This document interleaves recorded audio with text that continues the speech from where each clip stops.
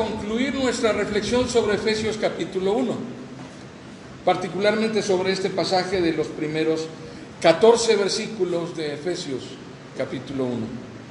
Y quiero ir a esa porción de Efesios capítulo 1 que hemos leído ya con anticipación y que son los versículos a la mitad del pasaje. Están aquí marcados en color amarillo. ¿Quieren leer conmigo? Dice: en Cristo también fuimos hechos herederos, pues fuimos predestinados según el plan de aquel que hace todas las cosas conforme al designio de su voluntad, a fin de que nosotros, que ya hemos puesto nuestra esperanza en Cristo, seamos para alabanza de su gloria. ¿Qué les parece? Aquel que hace todas las cosas, ¿de qué manera? Dice Efesios 1. ¿Hace todas las cosas de acuerdo a qué? ¿Al qué? Al designio de su voluntad. A mí personalmente me sorprende mucho la manera en que las personas acomodan la doctrina bíblica a su manera y definición e interés o a su orientación personal. ¿Han oído ustedes eso de que Dios es un caballero? De que Dios no entra jamás en donde no le abren la puerta. De que Dios bajo ninguna circunstancia va a hacer aquello que tú no quieras que Él haga. Pues eso no tiene ningún sentido bíblico. Lo que estamos leyendo aquí en la palabra es que Dios determinó cosas que no teníamos nosotros planeadas, ni siquiera pensadas, ni siquiera consideradas como posibilidad, y que Dios las hizo. ¿Por qué? Porque las determinó desde antes de la fundación del mundo. Y miren, para que hagamos cuentas rápidas, antes de la fundación del mundo quiere decir antes de que fuésemos concebidos, incluso antes de que nuestros padres se conocieran. Vamos un poquito más atrás, antes de que nuestros abuelos se conocieran, un poquito más atrás, antes de que nuestros bisabuelos siquiera existieran. Antes de la fundación del mundo, es antes de que la tierra estuviera caliente. Antes de la creación. Antes de la creación. ¿Qué les parece? Así que si alguno de ustedes ha estado persuadido con la idea de que Dios es un caballero, que no hace nada de lo que nosotros no le demos permiso que haga, ese no es el Dios de la Biblia. El Dios de la Biblia no es un Dios que pide permiso para obrar. Miren, para comenzar, si Dios hubiese querido crear y el mundo era el escenario de Satanás, Dios hubiera tenido que venir y pedirle: Satanás, ¿me das permiso de poner aquí un jardincito? Porque mira, ya ahora que soy anciano tengo el anhelo de, antes de que todo se termine, tener un jardincito. Esa no es la idea que la Biblia nos revela del Dios vivo y verdadero. El Dios vivo y verdadero es un Dios soberano. La característica que lo describe en la palabra, además de la santidad, además de la perfección, además de la gloria, además de la eternidad, es la soberanía, la autoridad, la potestad. Así que si nosotros creemos que el Evangelio es poder de Dios para salvación, tenemos que aceptar que el Evangelio trata de este Dios y no de uno que viene a tocar a la puerta del hombre de manera débil, titubeante, a esperar a ver qué respuesta le da el hombre para ver si lo deja entrar.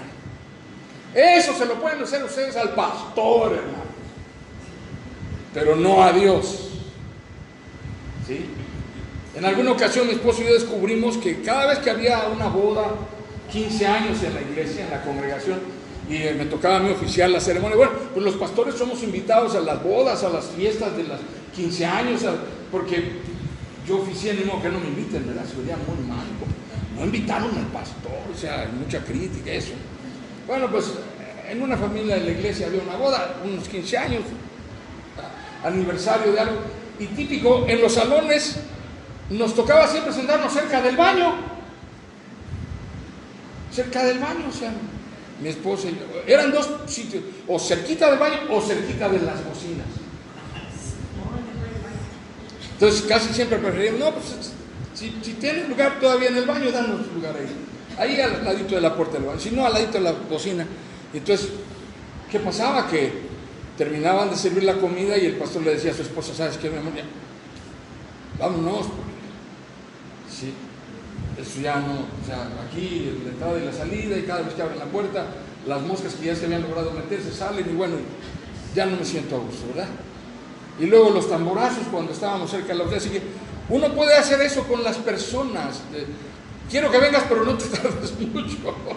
Ya vieron este tapete que andan publicando ahora, ya lo pueden comprar en Amazon o en Mercado Libre. Dice, bienvenido, pero no te tardes.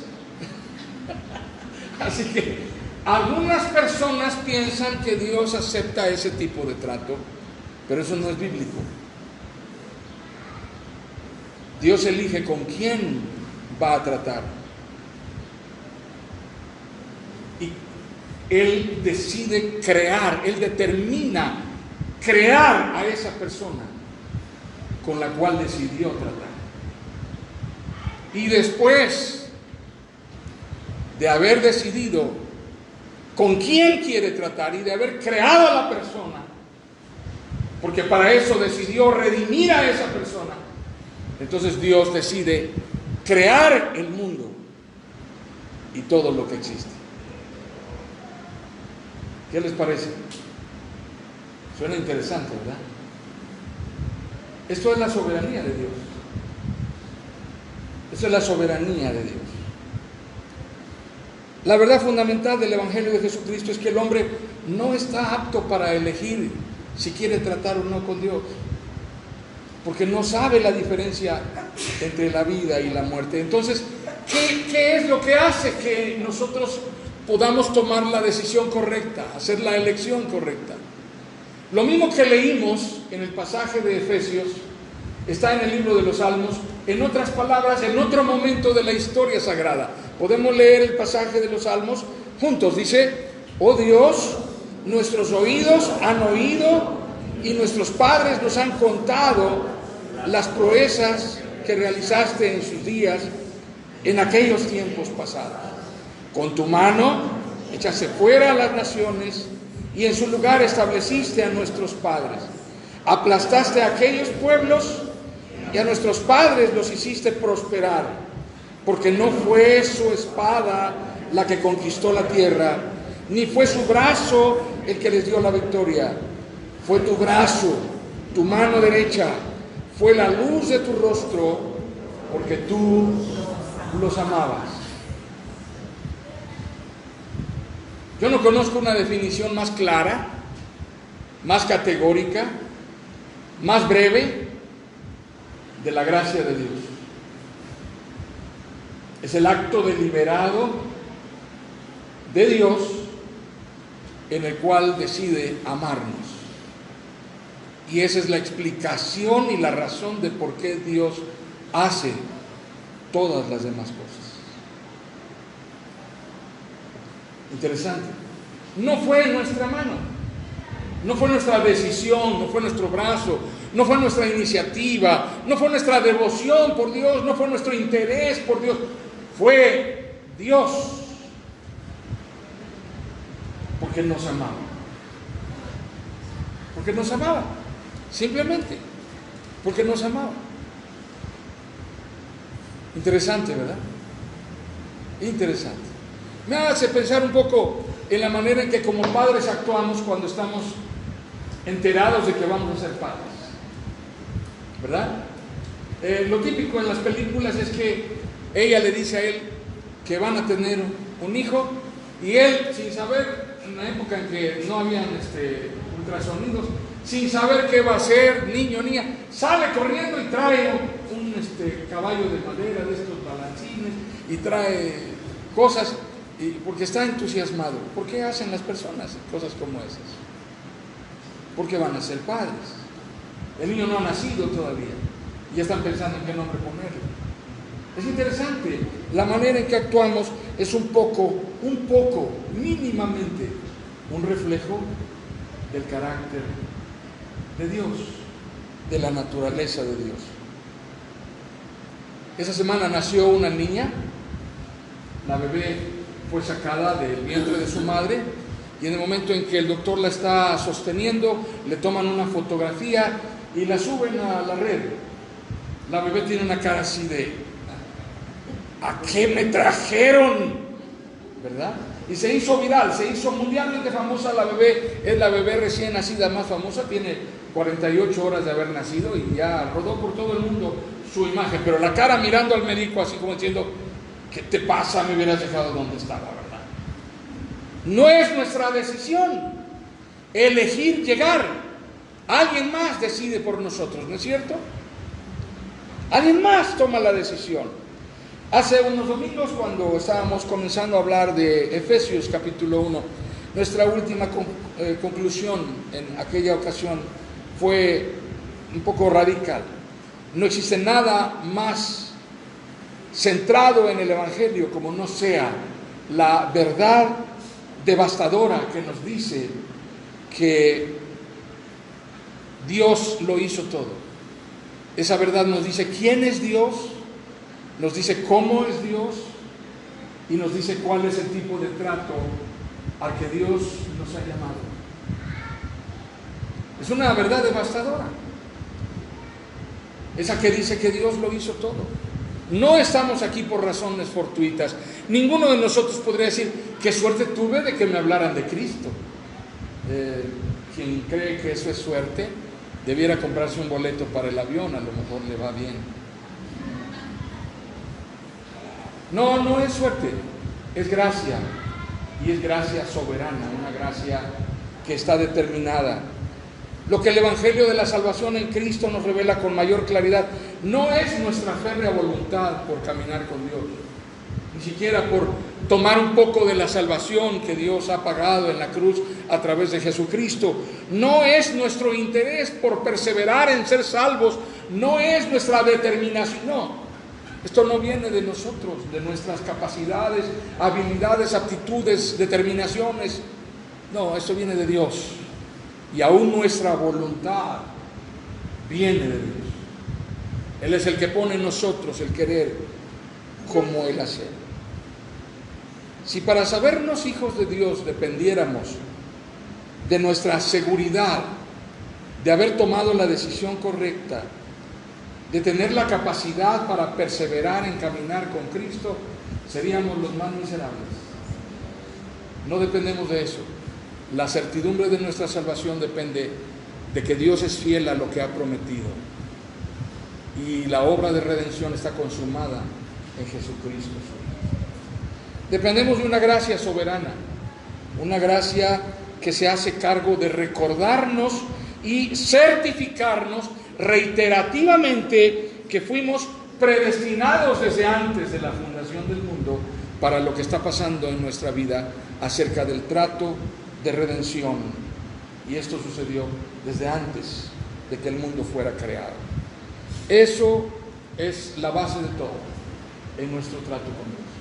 Pero no es extraño, porque esto se parece mucho a lo que sucede con nosotros en relación con nuestros hijos. Con frecuencia nuestros hijos quisieran desentenderse de nosotros. Si el control remoto de la televisión funcionara para cambiarle el canal a la mamá o al papá, lo usarían, ¿no es cierto? Cuando ven que viene la mamá, sacarían rápido el control remoto y le cambiarían el canal. Y se divertiría con nosotros, porque venimos enchilados con ganas de decirles de qué se van a morir, y cambian el canal y pasarían a las ardillitas, a las caricaturas de ardillitas.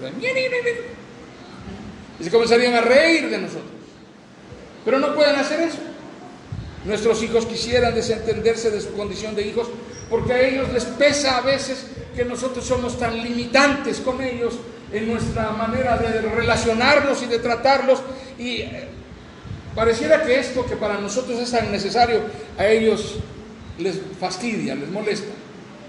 Pero ellos no se dan cuenta que detrás de estos mecanismos que nosotros como padres utilizamos, lo que hay es un mecanismo de certificación reiterada de nuestro rol de padres sobre ellos. Son actos de certificación constantes en los que les estamos diciendo: soy tu padre, eres mi hijo, me voy a hacer cargo de ti, voy a ocuparme de que estés bien, voy a garantizar tu bienestar y tu seguridad, tu integridad, tu dignidad. Es mi responsabilidad como padre. Yo no sé para cuántos de ustedes es una buena memoria recordar que su madre y su padre lo hicieron con ustedes. A veces lo hicieron abrazándolos. ¿No recuerdan ese momento cuando mamá decía: ven, hijita, ven, ven? Les abrazaba y ¿dónde te pegaste? Y nos sobaban. Algunas veces lo hacían de otra manera, con una chancla. ¿Sí? Otras veces lo hacían con matemáticas, con aritmética. Voy a contar hasta 3. No sé a cuántos de ustedes les tocó eso, aprender. Yo nada más aprendí a contar hasta 3. Sí, le decían a uno: voy a contar hasta 3. Y uno ya sabía que sí. 1, pero 2, 3. ¿Vienes o vienes? Son mecanismos de reiteración en donde los padres les están diciendo a los hijos: eres mi hijo, me estoy ocupando de ti. No eres una hierba silvestre que puede crecer a la vera del camino sin que nadie se ocupe de ella. Eres mi hijo y cada vez te estoy diciendo que yo soy tu padre y te lo voy a hacer constar. Es más, cuando un hijo decide, como el de la Biblia, ¿se acuerdan el Evangelio? La parábola de Jesús. Decide irse. Aún en esas circunstancias el padre está ahí a la espera de que el hijo vuelva para certificar quién es el hijo y quién es el padre. Es una cuestión de identidad. ¿Quién eres para Dios y quién es Dios para ti? Eso es lo significativo. Esto es lo determinante. Hermanos, la certidumbre de que nuestros hijos son verdaderamente nuestros hijos no está en un papel que tenemos guardado en un folder, en algún cajón, y que nada más lo usamos para los trámites, y que se llama acta de nacimiento. Hasta amarilla está. Así que nuestros hijos no saben que son nuestros hijos por el hecho de que el papel está ahí guardado y dice que son nuestros hijos. Lo saben porque cada mañana cuando se levantan nosotros estamos detrás de ellos: y apúrale porque mira la hora que es y te tienes que ir a la escuela. Y por favor, y ya está, te comes eso que está en la mesa. Que te lo comes o te lo pongo de sombrero. Yo no sé a quién le tocó que le dijeran algo así, pero voy a decir esto porque mi hermana no lo va a ver, pero a mi hermana le pusieron un plato de sopa de fideos en la cabeza de sombrero. Yo la vi como les corrían los fideos por la cabeza.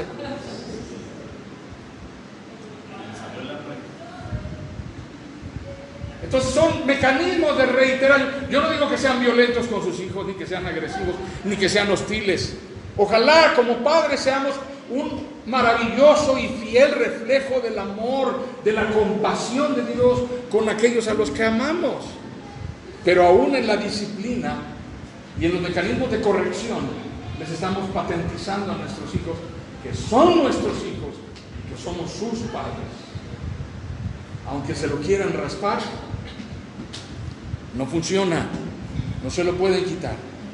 Así que no sé a cuántos de ustedes les patentizaron: yo soy tu papá, yo soy tu mamá, con una chancla en la mano. Siendo honestos, con un lazo, un cable, sí, una sartén, sí. Es una forma, pero no nos agrada mucho, pero es una manera en que los padres, Ahora, tampoco somos sus padres por el hecho de haberlos escogido. No fuimos a una bodega de hijos en donde nos dejaron elegir en un catálogo que queríamos.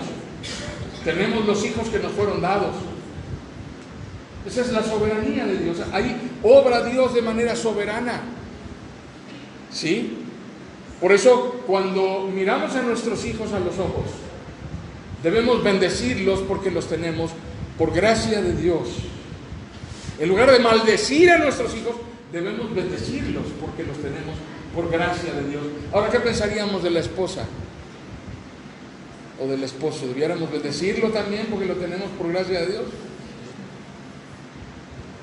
Mirarlo a los ojos y decirle: mi vida, eres el más hermoso y maravilloso e inolvidable siniestro accidente que me ha ocurrido en la vida.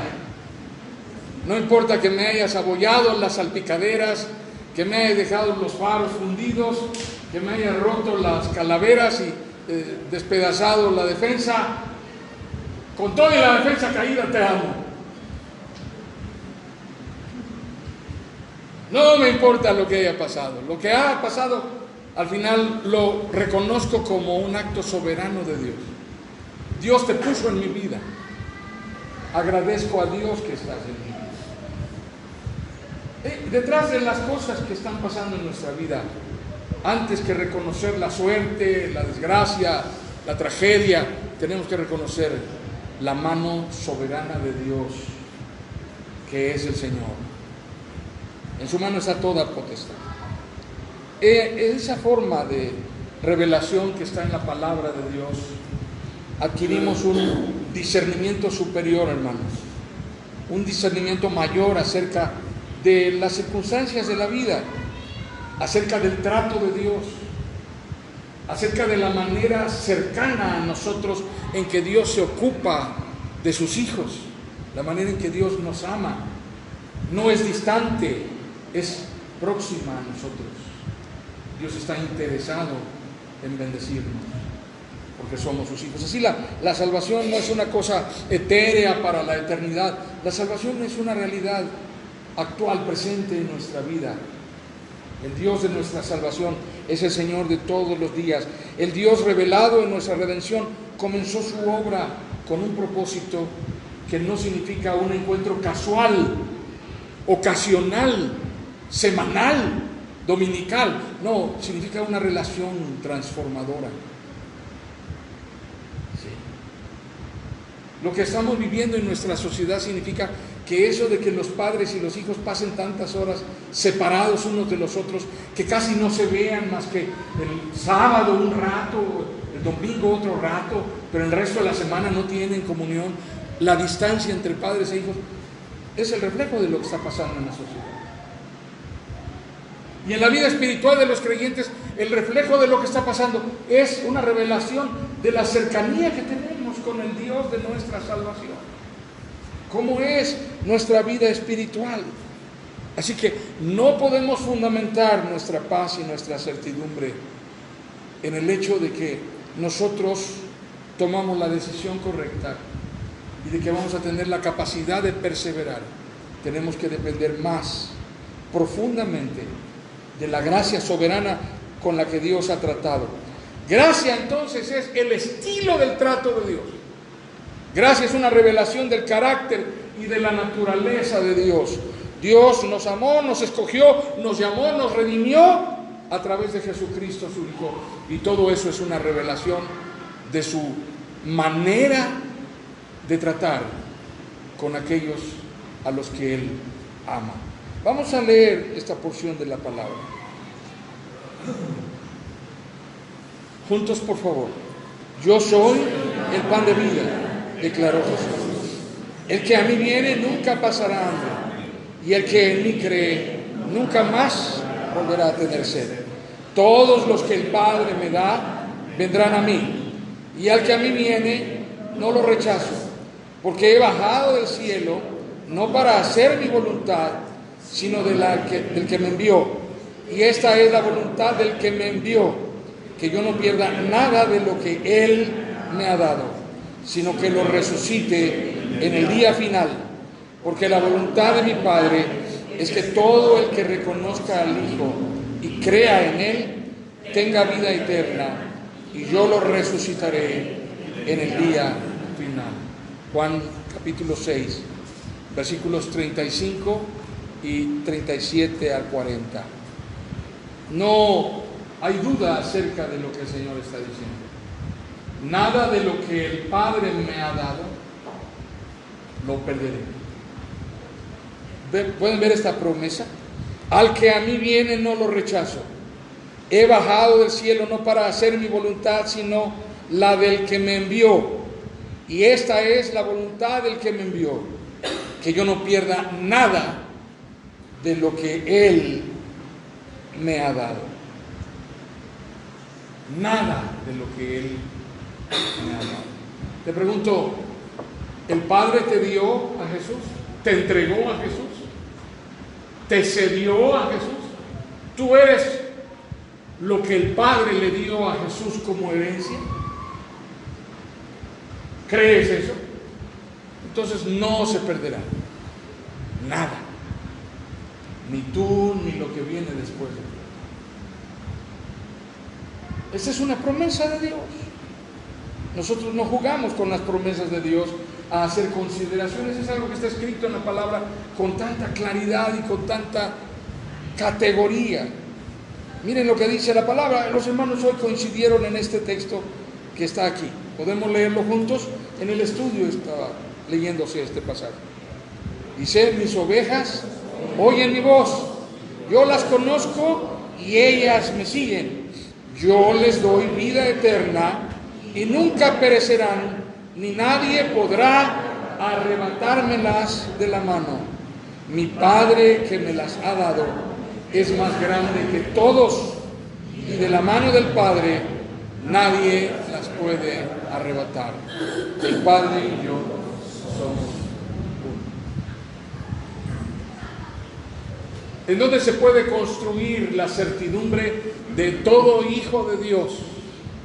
¿Sobre qué está edificada la seguridad de nuestra salvación? ¿Sobre la fidelidad de Dios o sobre la fidelidad del hombre? Sobre la fidelidad de Dios.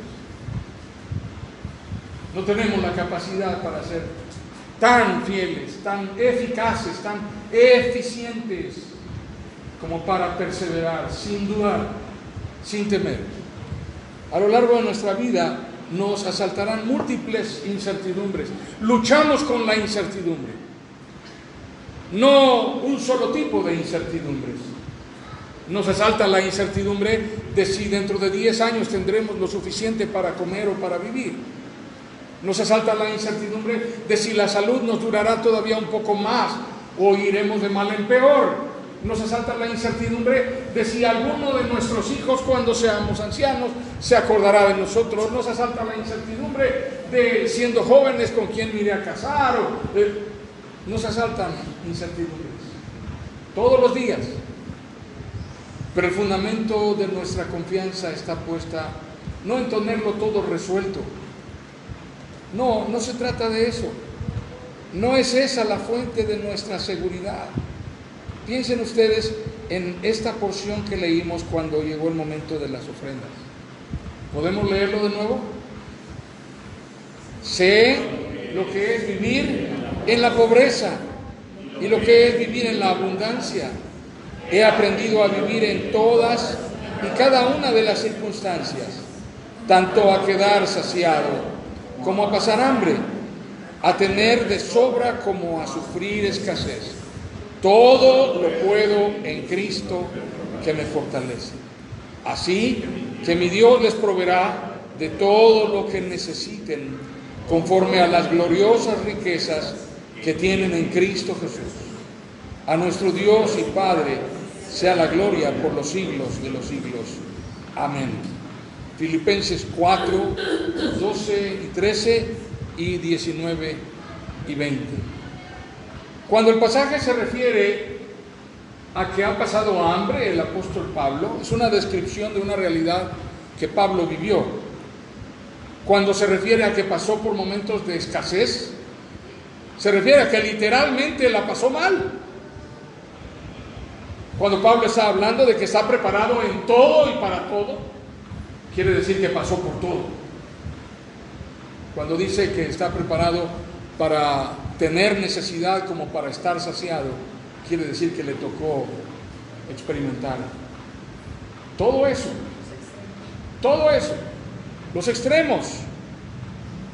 El bienestar de nuestra vida y la certidumbre de nuestra vida no significa tenerlo todo resuelto, sino el saber que en Cristo lo podremos todo. A lo mejor nos asalta la idea de cómo iré a terminar mis días, porque pensamos cuánto sufren algunas personas agonizando antes de morir, y decimos, ay, qué horrible, a mí no me gustaría que me pasara eso. Tal vez les voy a decir algo que no les agrade mucho, pero eso es lo de menos. En realidad es lo de menos, porque finalmente no es más que un proceso final que concluye, significa que se va a acabar. Así que lo mejor que podemos hacer cuando sentimos y sabemos que estamos viviendo ese momento es decirle a Dios, aquí estoy listo y puedes disponer de mí. Es mejor aún si comenzamos diciéndolo desde ahora, que no tenemos ningún padecimiento agónico, y comenzamos a decirle a Dios, yo estoy listo, quiero que sepas que de la manera, en el momento, la forma que tú quieras, yo estoy dispuesto. Todo lo puedo en Cristo que me fortalece. Nada más que no me vaya a dar el coronavirus, pero de ahí en fuera. Si comenzamos con nuestras condicionantes a Dios, porque tenemos nuestros propios estándares de bienestar y creemos que pasarlo mal es perder nuestros estándares de bienestar. Pero para aquel que ha sido redimido en Cristo Jesús, nada debiera ser causa de temor. Cualesquiera que sean las circunstancias, todo lo puedo en Cristo, que me fortalece. Así que si mañana voy al médico y me dice, don Ricardo, me quedan 3 meses. Le voy a preguntar qué habló con usted del consejo de la iglesia de Manuel. No 3 meses de pastor, 3 meses de vida. No es el coronavirus, porque el coronavirus se los lleva en 72 horas. Entonces, es otra cosa. ¿Y cómo? Vamos a terminar retorcido. Se va a poner negro, se va a secar, consumir, va a quedar chiquitito, así pequeñito. ¿Hay remedio, doctor? No, ya todo lo que podíamos hacer, ya lo hicimos. ¿Qué puedo hacer ante una cosa como esa cuando el médico me dice eso? Me voy a cambiar de iglesia, voy a buscar a un pastor que me diga, decreto, declaro, pronuncio, digo, grito, o voy a la palabra y digo, todo lo puedo en Cristo que me fortalece. Mi vida está en las manos de Dios. Lo que más debiera preocuparme no es si voy a terminar chiquitito, consumido, seco, sino mi seguridad de la salvación está garantizada en Cristo Jesús, y eso está escrito en la palabra. No temo nada. Así que tengamos paz. Quiero despedirlos este día con esa certidumbre de paz. El Señor, dice, les proveerá de todo lo que necesiten conforme a las gloriosas riquezas que tienen en Cristo Jesús. Bendito sea Dios, hermanos. Tengamos paz. Gocémonos en la fidelidad y en la misericordia de Dios. La salvación está por encima del bienestar. Y la salvación es un acto de gracia soberana de Dios. Que el Señor nos bendiga, hermanos. Amén.